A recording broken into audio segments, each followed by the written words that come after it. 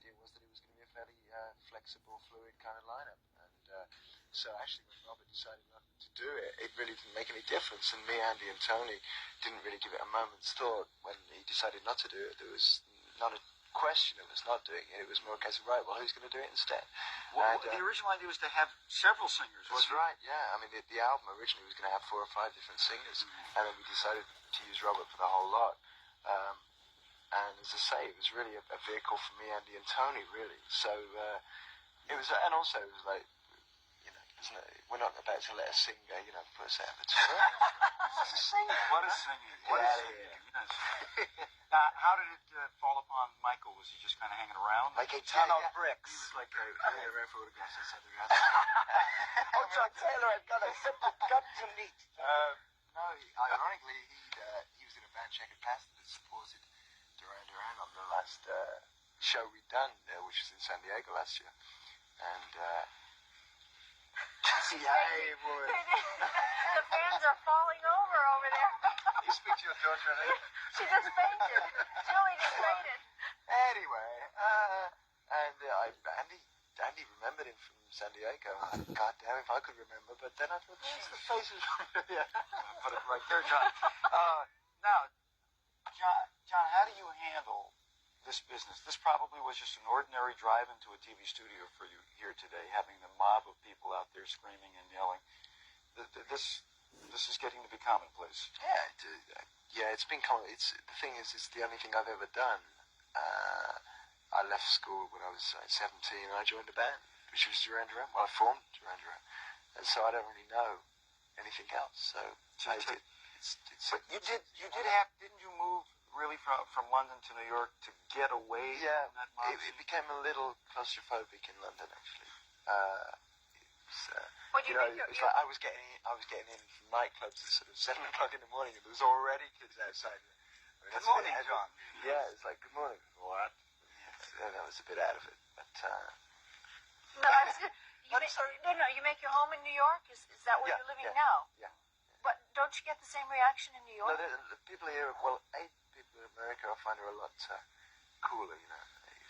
They don't hang out outside your apartment building. They hang outside. Did you see them outside? Inside, yeah. They expect to be inside. No, they're a lot cooler, especially in New York. There's no hassle.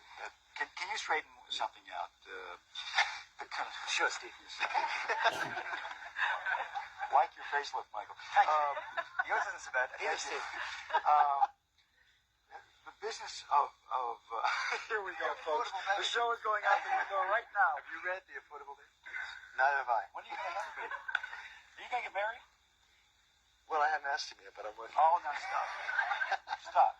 In Duran, most of the guys have been settling down.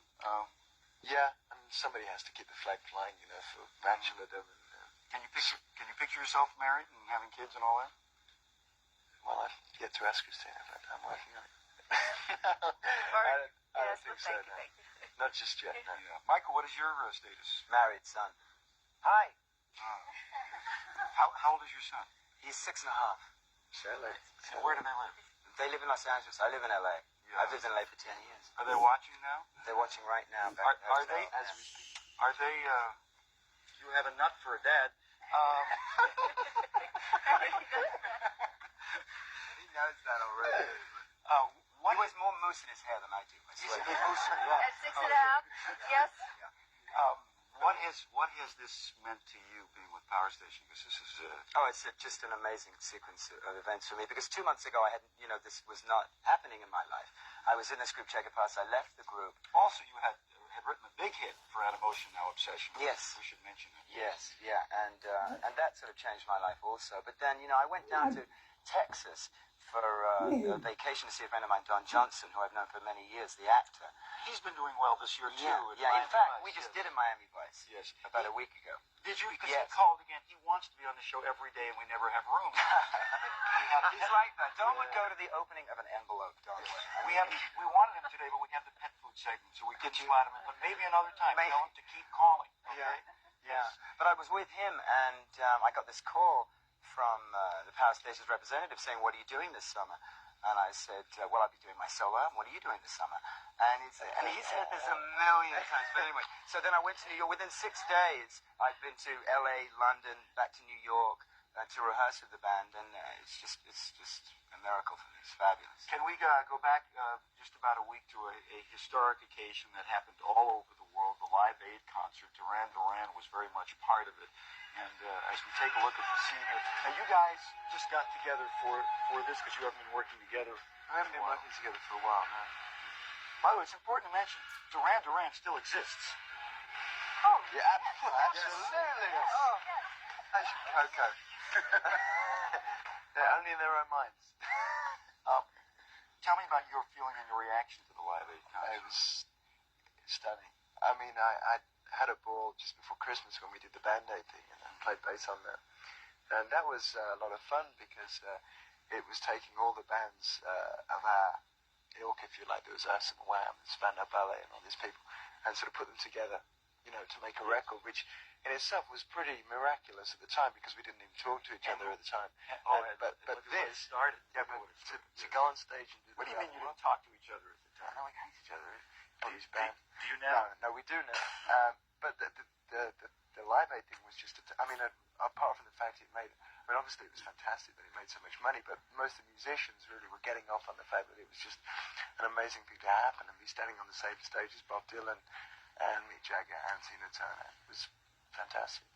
Now, first of all, we want to give you the Live Aid address. If you want to continue the flow of contributions, Live Aid Foundation, Post Office Box 7800, San Francisco, California, 94120, or there's the phone number to call. It's Bill Graves. 1-800-LIVE-AID. And also, they'll be playing at the Greek. Well, tonight, Yeah. you are down. But we don't want to play that one. We don't want to play that one because we sold enough tickets. The Greek, yeah. The Greek. Okay. The Greek on Sunday night. Powerstation will be there. Michael, congratulations. Thank to you, Steve. I really You're a appreciate character. it. I like Thank you. you, man. God bless you. John, Christine. No, I like you too. Yeah, thanks very much. Yes, It's sir. charming. That is. Thank you very much. Favoritism. Thank you so Now, much. wait, John, before you go, would you read the teleprompters for the next segment? There. Yes, next up, your bundle of joy can cost a bundle to have. We'll show you how to cut some of the cost of having a baby. Say